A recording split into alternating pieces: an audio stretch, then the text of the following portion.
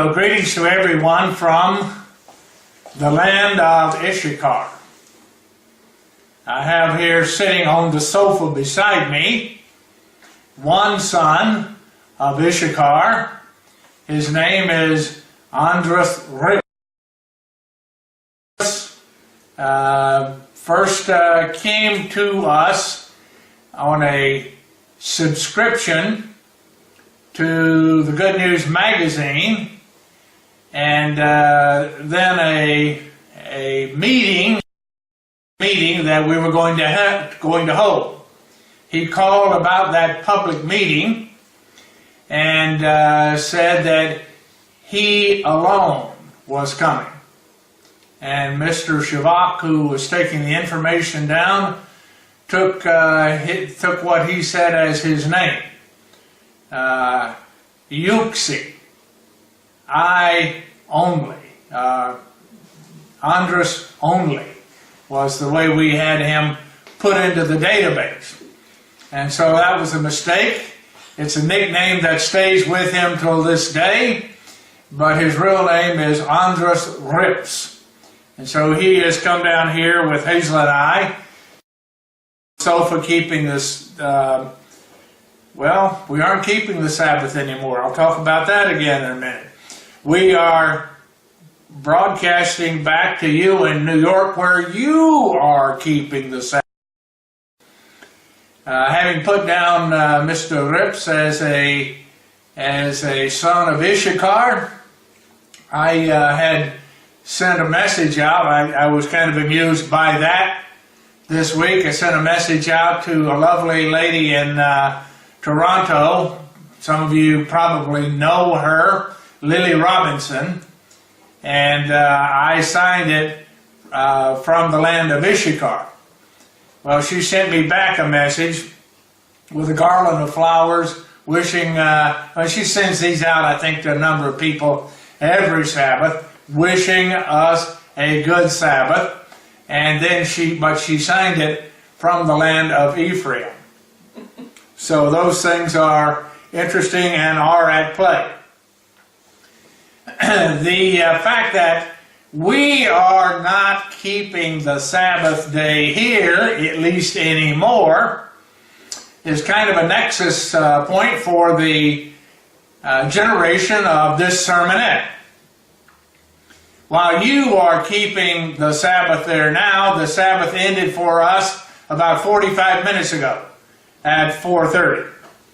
So technically, I am preaching on, if not on Sunday, at least on the first day of the week, or if it's not day yet, the first of the week. Now that has to do with this particular sermonette. Some claim that Paul began to keep Sunday and to teach the churches to observe Sunday in the Gentile world. And those people present scriptural evidence to the fact as those people see it. So this is going to be what I would term, and what we used to give on a regular basis, we don't see them very much anymore, a sermonette. I think it, if I can interject this, it's really good to have difficult scripture sermonettes. In those days, maybe we had them too much, and maybe you heard them a few times. Each one of them, there are a limited number of scriptures that really need to be explained in that way, but it's very important to be able to explain those scriptures and to understand them. And so it's a good idea if we can return maybe to doing some of that. You know, and I'm going to show you in this sermonette that Paul did not preach, teach, or keep Sunday as the day of worship. The scripture is found in Acts chapter 20 and verse 7. So I'd like to go there in the purpose of explaining this particular verse of Scripture, I'd like to go to Acts chapter 20 and verse 7 and read the Scripture. There is clear evidence that Paul was speaking on the first day of the week. Acts chapter 20 and verse 7. Upon the first, it says day, and in some of the translations you'll find that word italicized because the word day is not a part of the original texts. So in the English, in some of the translations it's been italicized, and in others it hasn't. It may be a minor distinction. Upon the first day of the week, when the disciples came together to break bread, Paul preached to them, ready to depart on the morrow, and continued his speech until midnight. Now you're all aware that Sunday is the first day of the week.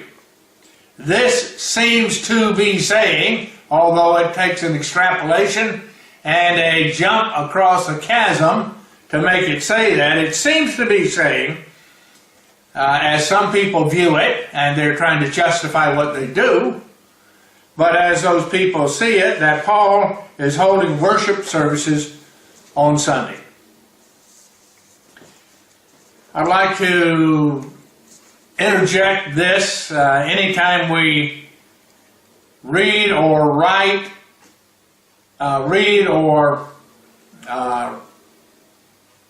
view some of the things that Paul does. They're not the easiest things to understand. Now, this is just an occurrence that Paul happened to be involved in. It's not like his writings, which are often very complex and hard to unravel. But nevertheless, I think there's a little bit of difficulty in understanding these events just as they relate and as they involve Paul. Peter says that about Paul. Paul and the things of Paul are not easy to understand. In fact, he says just the opposite, that Paul is difficult to understand. So in 2 Peter, let's read that about Paul. Well, let's read it about Paul in 2 Peter chapter 3 and verse 16. Repetition will be an important form of emphasis as we get to it in the sermon. Peter writes about Paul that Paul, in all of his epistles or his letters in which he writes to the individual churches, speaks in them of these things. And he's talking about salvation and the things which need to be done for salvation, in which are some things hard to be understood, which they that are unlearned and unstable rest, as they do the other scriptures, under their own destruction. So that's relevant for what we're talking about here, that there are people who read the things of Paul and from his epistles, and here they read this event and they extrapolate and they pull those things together to make them seem to say that Paul has changed the day of worship from the Sabbath day to Sunday. Nothing could be further from the truth. In this case, something, only a little bit I would say, but something hard to understand was done. Paul and Luke had arrived from at Troas from Philippi, and they spent 7 days in Troas. Sabbath services were held. After Sabbath services, there was a meal.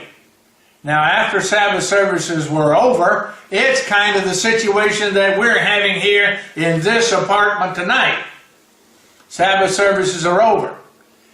Hazel has already done the preliminary cooking, and she's turning over the fish, the cooking of the fish, to me after the Sabbath is over, and I will cook and prepare the fish, and we will be having a meal. We worshiped on the Sabbath, and after the Sabbath, on the first of the week, we have come together, and we will be having a meal. So after Sabbath services, there was a meal. Verse 7, we already read, upon the first of the week. This is the first of the week here. It isn't the first of the week there, but it is the first of the week here in Tartu-Asoni. When the disciples came together to break bread, Paul preached to them. So they came and had a meal, and after they had a meal, it was Saturday night, they're sitting there, and Paul continues to preach to them.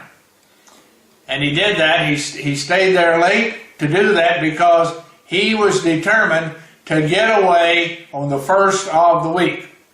Now, he was determined to get away on the first of the week, the first day of the week, Sunday when daylight came, because he had a mission on which he was going. We'll read about that mission before we're finished here. But he on the morrow, and he continued his speech until midnight. At midnight, a young man fell out of the window of the third story and was killed. Now, I hope Nicholas is not sitting on the window ledge of a third story building and going to sleep while I'm speaking. But this young man fell out of the window from the third story and he was killed. He was he fell down onto the ground. Verse 9 of Acts 20. We read about that. There sat in a window a certain young man named Euchristus.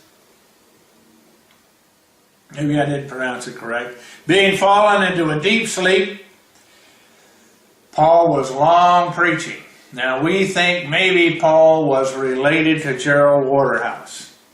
He was long preaching. And this young man sunk down with sleep, and he fell down from the third loft and was taken up dead. They brought him up to Paul, and Paul prayed, and God resurrected the young man. Then Paul stayed on until dawn. But this was after Sabbath services. It was on the first of the week, which started at sundown on Saturday, and this continued then until midnight. Paul stayed on until dawn, and then he departed. You can read about that. Here are the last nails in the coffin. And I put the lid on the coffin. It wasn't that the Sabbath service had been transformed to Sunday. This was what happened after Sabbath services on Saturday night. Now, if we look at where Paul came from and where Paul was going, which are right here in the same verses of Scripture, it also will tell us that Paul had not taught these Gentile churches to do away with the Sabbath or the holy days.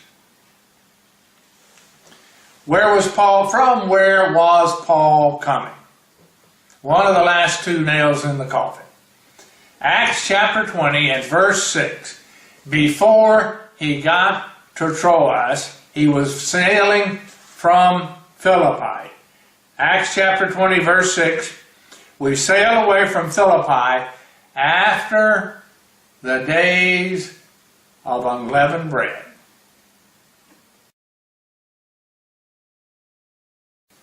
in 5 days, where we stayed for 7 days. So Paul had sailed away from Troas after keeping the days of unleavened bread with the church in Philippi. Church in which Paul was teaching them to keep the days of unleavened bread. He came to Troas, he keeps the weekly, and then at the end of that stays on until dawn. He doesn't get any sleep himself and takes off the next morning traveling. But where was he going? Where was he going? Let's read verse 16. Paul had determined to sail by Ephesus. He wasn't going to stop there. Normally, Paul, when he went on this trip, he was going to Jerusalem. Normally, when he went to Jerusalem, he would stop by Ephesus and spend time with the church in Ephesus. But not this time. He determined to sail right on by, to go right on by Ephesus, because he would not spend time in Asia, for he was hurrying, if it were possible, for him to be at Jerusalem for the day of Pentecost, another Old Testament festival that the world would call Jewish. So here's Paul. He's keeping the days of unleavened bread in Philippi. He goes to Troas. He keeps the weekly Sabbath. He stays there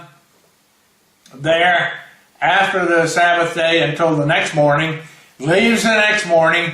He's headed for Jerusalem because he wants to get there in time to keep the day of Pentecost. So Paul is not teaching the Sabbath day is done away with to these Gentile churches, or the holy days either, or to any other churches.